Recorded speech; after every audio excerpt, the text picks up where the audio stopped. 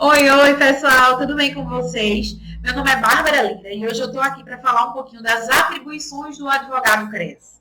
Quem nunca teve nessa rotina prática de atuação e apresentou dúvidas sobre o que eram ou não suas atribuições, ou até mesmo foi colocado numa situação difícil, aquela saia justa, né? Que o pessoal gosta de colocar a gente quando se diz assim, lá no CRES, vai lá no CRES, que lá tem um profissional jurídico que vai fazer todo esse papel para você. Vai protocolar a ação, vai despachar processo com o juiz, né? Quem nunca se deparou numa saia justa dessas? E aí eu estou aqui hoje para esclarecer um pouquinho sobre o que de fato é a atribuição do advogado CRES e aquilo que não é a atribuição do advogado CRES. Então vem comigo, vamos discutir um pouquinho do advogado do SUAS.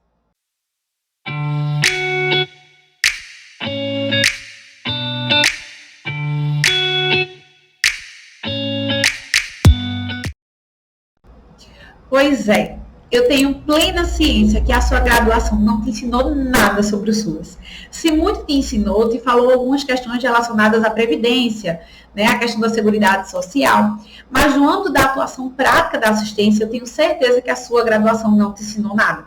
E é por isso que eu estou fazendo essa rotina de vídeos aqui no YouTube, justamente para te ajudar a fazer algumas questões relacionadas ao advogado CRES e a desenrolar, de fato, esse serviço que é tão complicado na prática. Então, o que é que a gente vai falar hoje um pouquinho, né? A gente vai falar um pouquinho sobre as atribuições do advogado CRES, o que de fato é atribuição e o que de fato não é atribuição do advogado CRES. Para que você, no momento que você entrar nesse serviço, né, nesse mundo que é a assistência social, que você não se depare em situações como eu me deparei, onde eu não sabia de fato até onde eu poderia atuar e onde eu não poderia. É importante que a gente mencione que em todas as previsões de tipificações nacionais socioassistenciais, NOBSUAS RH, a gente tem uma previsão do advogado CRES como um membro integrante da equipe técnica básica. Então, não há porquê de não se falar do profissional jurídico, né, do advogado CRES, em âmbito de assistência social. Então, o que é que a gente tem que é considerado, sim, de fato, uma atribuição do advogado CRES? Né? O advogado CRES ele vai ser elencado em todos os atendimentos que demandarem questões jurídicas. Então, se a equipe técnica vê que existe algum usuário que precisa desse suporte jurídico para integrar aquele atendimento que está sendo disponibilizado ou para fazer a parte da acolhida daquele usuário, é, sim, necessária a presença do profissional jurídico. Então, a gente tem algumas situações que não são atribuições propriamente do advogado CRES, que a gente vai falar daqui a pouquinho. Mas o primeiro ponto seria esse: respeitar as situações onde existe a previsão, né, onde o usuário precisa de um suporte jurídico. Ou até mesmo nas previsões onde a própria equipe técnica do CRES tem essa necessidade de um suporte jurídico. Então, muitas vezes, no decorrer dos atendimentos, a gente observa em campo que existem algumas situações onde a própria equipe necessita desse profissional para se impor numa situação de forma mais enérgica ou conseguir um auxílio do sistema de justiça. E aí é onde entra o profissional jurídico. Ele é essa ponte entre o judiciário e o sistema de justiça e os serviços de assistência social. Então, o CRES ele vai sempre estar demandando em razão desse advogado. Né? E se existe uma situação de violência contra a mulher, se existe uma questão de violação dos direitos do idoso, o advogado CRES ele vai ser sim acionado para que ele tenha conhecimento dessas demandas e que assim ele possa fazer uma boa orientação jurídica. Então, vamos lá. Principais atuações do advogado CRES.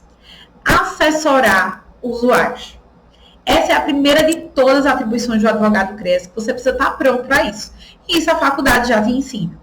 Assessorar todo e qualquer usuário que chega ao CRES para atendimento é você atender aquele usuário. Bem receber, acolher da forma adequada, realizar um atendimento humanizado, quando existe realmente o olho no olho com aquele usuário. E, de fato, entender que aquele usuário está passando por uma situação de violação de direito. Então, você, sim, precisa se dedicar a ele, precisa assessorar ele da melhor forma, para que você consiga retirar ele daquela situação. Ou, no caso de uma impossibilidade de retirada desse contexto de violação de direitos, que você consiga, ao menos, encaminhar aquele usuário para um equipamento que possa, assim, fazer. Segundo ponto. O profissional jurídico dentro do ambiente do CRES, ele tem a obrigação, a atribuição de assessorar a sua equipe técnica. Então, a partir do momento que você se coloca à disposição de uma equipe, você é sim responsável por todas as orientações pertinentes a ela. Então, se, por exemplo, na prática, né, na ponta, um assistente social vai fazer uma visita, ou um psicólogo vai fazer uma visita, e nessa visita ele encontra alguma dificuldade de questões relacionadas ao judiciário, dificuldades e dúvidas judiciais, você pode sim, e até deve, né, fazer esse suporte para eles. Então, seja por intermédio de um estudo de caso mais voltado para um caso específico, ou seja, de modo geral, no decorrer da visita, no decorrer da visita domiciliar ou institucional. Então, é sua atribuição auxiliar a sua equipe juridicamente, para que ela entenda até onde ela pode ir, para que ela entenda também quais são as suas atribuições e a atribuição do sistema de justiça. Então, muitas vezes o profissional de psicologia ou até mesmo serviço social, ele tem uma certa dificuldade para entender o que de fato o judiciário está fazendo, ou o andamento processual, ou algumas dúvidas relacionadas ao próprio deslinde processual. E aí você está lá apto para fazer todas as orientações pertinentes a isso. Terceira atribuição, que faz muito jus às outras duas atribuições que a gente já viu, é a atribuição das palestras jurídicas. O profissional jurídico, ele tem a facilidade e a disposição para realizar palestras jurídicas no âmbito do SUAS. Então, digamos que no território vocês enfrentem um alto índice, né, mapeado pela vigilância socioassistencial, que vocês enfrentem um alto índice voltado para o trabalho infantil. E aí, quais que são as consequências do trabalho infantil, quais que são as situações onde a pessoa pode ser punida ao colocar uma criança numa situação de trabalho infantil ou até mesmo uma exploração sexual. E aí, o que é que o profissional jurídico ele vai fazer? Ele não vai chegar naquele momento e vai falar sobre aquela situação no campo, né, no território. Ele vai utilizar de mecanismos voltados para a palestra para fortalecer o usuário. Então, ele vai buscar um CRAS, ele vai buscar um posto de saúde, ele vai buscar um local onde haja um fluxo grande de pessoas em que possa ser articulada junto com a rede uma palestra jurídica. E aí ele vai mostrar e vai demonstrar as situações, não só para os pais identificarem uma situação como o exemplo que a gente está utilizando de trabalho infantil, como também das crianças identificarem essas situações e levarem aos responsáveis ou até mesmo às pessoas que eles tenham como referência. E a quarta e última atribuição que a gente vai falar aqui nesse vídeo, só para a gente fechar, está na questão relacionada às medidas socioeducativas. Né? A gente sabe que o CREAS ele tem uma divisão de serviços, onde existe o CREAS-PAEF e o CREAS-MSE. O advogado CREAS, o profissional jurídico, ele vai estar muito interligado às duas demandas, né? Às duas situações, os dois serviços. Mas é na demanda do MSE onde ele vai poder, de fato, advogar, digamos assim. O profissional que ele está inserido no contexto das medidas socioeducativas, ele tem um vínculo mais formado com o judiciário.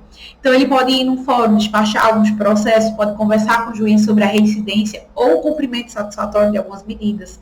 Ele pode até mesmo ser acionado para fazer audiências, não na posição de patrono daquele adolescente que está sendo ali julgado diante do seu ato infracional.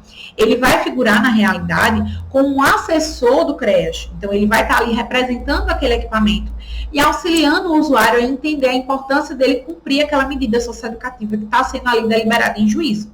Tá? E aí, de uma forma bem simplista, a gente vai falar um pouquinho sobre as questões que não são atribuições do advogado CREAS. Eu acho que eu não preciso mencionar que não é atribuição do advogado CREAS advogar. Né? Isso aí acho que já está muito mais do que batido, essa reflexão já está muito mais do que batida.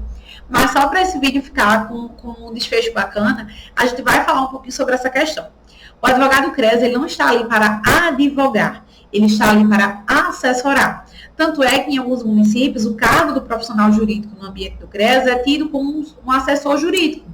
Então, existem, claro, alguns municípios que têm uma legislação voltada para essa atribuição, né, da assistência judiciária, propriamente dita, com um benefício eventual, com um serviço prestado pela assistência, mas o papel do advogado CREAS não é o de advogar. O papel do advogado CREAS são de todas aquelas atribuições que a gente já mencionou. Então é isso, pessoal. Espero que vocês tenham gostado desse primeiro vídeo. Com certeza virão mais outros desses, né? E eu conto com vocês para que a gente consiga trabalhar um conteúdo bacana e que realmente faça jus à realidade que vocês estão enfrentando aí na ponta. Então, um beijo e até a próxima.